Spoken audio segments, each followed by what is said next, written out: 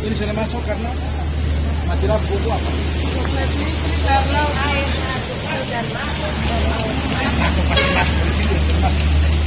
Masa di atas masalah beristri. Soalnya ada yang jadi nggak? Ini potong kontak soalnya. Sekarang jadi masyarakat di sini sebenarnya. Ya. Nanti potong pemerintah hubungi pihak ini untuk membuat main. Tadi perikanan sudah terinstall kan? Sudah. Nanti memang besok jalan dari ujung sampai ujung termasuk yang di kafe. Jadi suruh buka pintu, karena ada pakai pintu. Jadi nanti mamanya di sini perikanan nanti masuk. Ada yang pasti simpang sebut ada.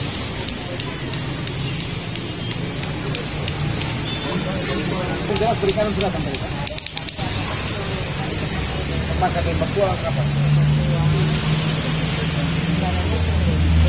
Tadi ke beta semua. Supaya beta jangan datang ke saudara pakai bobok. Oke.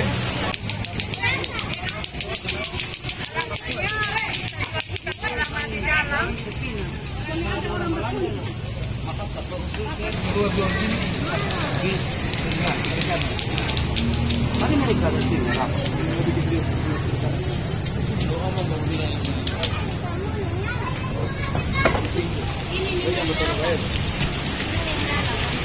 Keluar dari dalam di luar ya.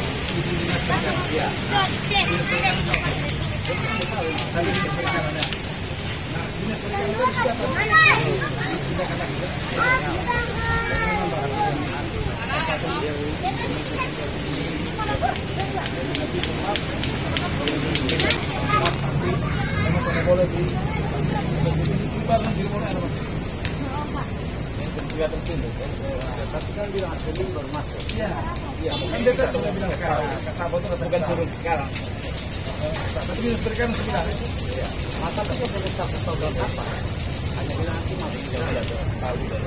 Nanti kita koordinasi dengan perikanan. Nanti semua masuk. Berapa itu? Jadi harus tahu. Kalau orang tahu, kan orang mau tahu. Tapi kapal usul kan banyak kita yang masuk. Berapa orang yang ada baju di pinggir jalan lembab pada lepas. Jangan pokoknya kita sudah tak tahu berdiri karena ada satu manusia pun yang jual ini. Kemudian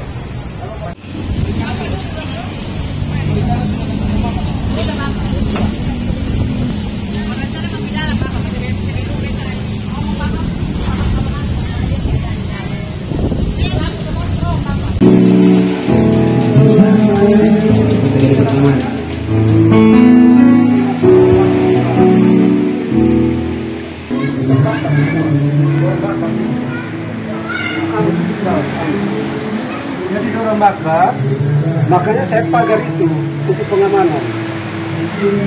Karena dia sudah jaga di sini waktu itu ya. Nanti Bapak yang naik di atas itu kita panggil kadis. Sudah naik. Nanti kita yang kadis kadis perikanan untuk menyangkut dong, biar kadis perikanan yang arahkan dong. Contoh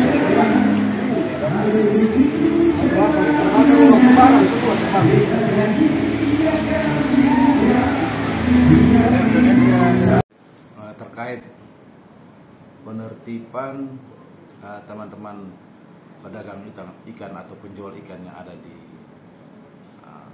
kuliner wisata Kelapa Lima depan Aston.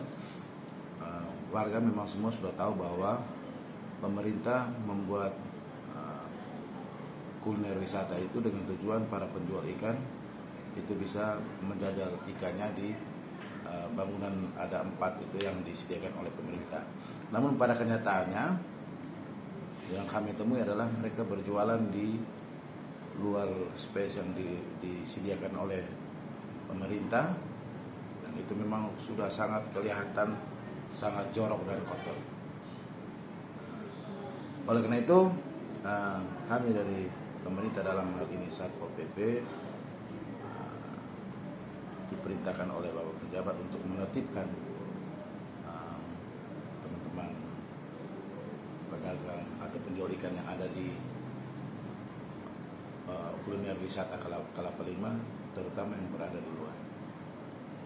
Pada tanggal 8 Januari 2003 hari Senin itu saya berkoordinasi dengan asisten 2 untuk mengundang Kadis Perikanan, Kabak PEM, Kabak Hukum, Camat Kelapa Lima dan Lurah Kelapa Lima untuk sama-sama kita turun ke Kelapa Lima di kuliner wisata. Jam 7 saya melakukan apel kekuatan, kita turun dengan kekuatan 2 regu atau 2 peleton. Saya yang pimpin langsung. Setelah saya melakukan koordinasi, ternyata teman-teman ini ada berbagai macam kesibukan. Tapi itu tidak mengurangi atau mengurung niat saya untuk tetap kita Pol PP turun ke tempat tersebut. Jam 7 tepat saya bersama anggota kita turun. Setelah kita sampai ke sana, memang saya yang pimpin, saya bertemu, kita fokus di saudara yang menjual ikan di luar bangunan itu, di taman. Saya bertemu satu persatu dan memang saya menanyakan secara persuasif dan humanis, saya melakukan pendekatan ke mereka. Yang ingin saya tahu adalah apa yang melatar belakangi sehingga mereka jualan tidak di dalam yang bangunan disediakan, tapi mereka di luar. Jadi setelah saya bertanya satu persatu itu, alasan mereka ya pertama tidak ada aliran listrik. Ya saya mengaminkan saja karena memang saat itu kita tidak bisa cek apakah aliran listrik itu ada atau tidak. Nah, saya melakukan pendekatan ke mereka agar setelah kami dari pemerintah melakukan perbaikan aliran listrik, maka mereka harus menempatkan bangunan yang disediakan, dan mereka setuju. Memang saya menanyakan, pertanyaan besar saya, kenapa kok bangunan yang bagus disediakan oleh pemerintah, kok mereka di luar? Terus dasarnya apa, atau kok berani mereka jualan di luar, yang mereka sendiri sadar bahwa itu sangat kumuh, karena itu bangunan begitu megah, mereka jualan ke luar. Nah ternyata setelah saya tanya, mereka memang diizinkan oleh Dinas Perikanan dengan catatan jual sementara. Tetapi bagi saya sebagai Kasat Pol PP memang sangat sulit kalau misalnya masyarakat kalau sudah merasa nyaman yang mereka lakukan saat itu, walaupun itu salah, kita memang agak sulit untuk ini. Tapi alhamdulillah, puji Tuhan, saya bisa meyakinkan mereka agar mereka segera masuk. Nah, itu yang tentang pedagang penjual ikan. Nah kita tahu di dalam space taman itu bukan hanya penjual ikan, tapi ada mereka menjajakan kopi, bakso, jagung bakar, salome, bahkan ada kafe liar di situ. Dan itu saya sudah ketemu mereka satu persatu untuk mereka bersama-sama teman-teman yang jualan ikan untuk kita tertibkan bersama-sama. Mereka begitu penjual ikan dimasukkan, mereka juga kita kasih, dan semua sudah setuju itu. Pada kesempatan yang sama juga saya bertemu dengan pengelola parkir dan teman-teman parkir di situ untuk tidak ada lagi yang namanya kendaraan roda 2 dan roda 4 parkir naik sampai di atas, dan itu tidak temukan. Dan memang yang saya tahu bahwa paving block itu, taman itu dibangun itu dengan konstruksi bukan untuk kendaraan roda 2 apalagi roda 4, itu untuk pejalan kaki. Dan terbukti memang ada beberapa titik yang pavingnya sudah terlepas, bahkan lampu juga sudah ada yang patah. Nah ini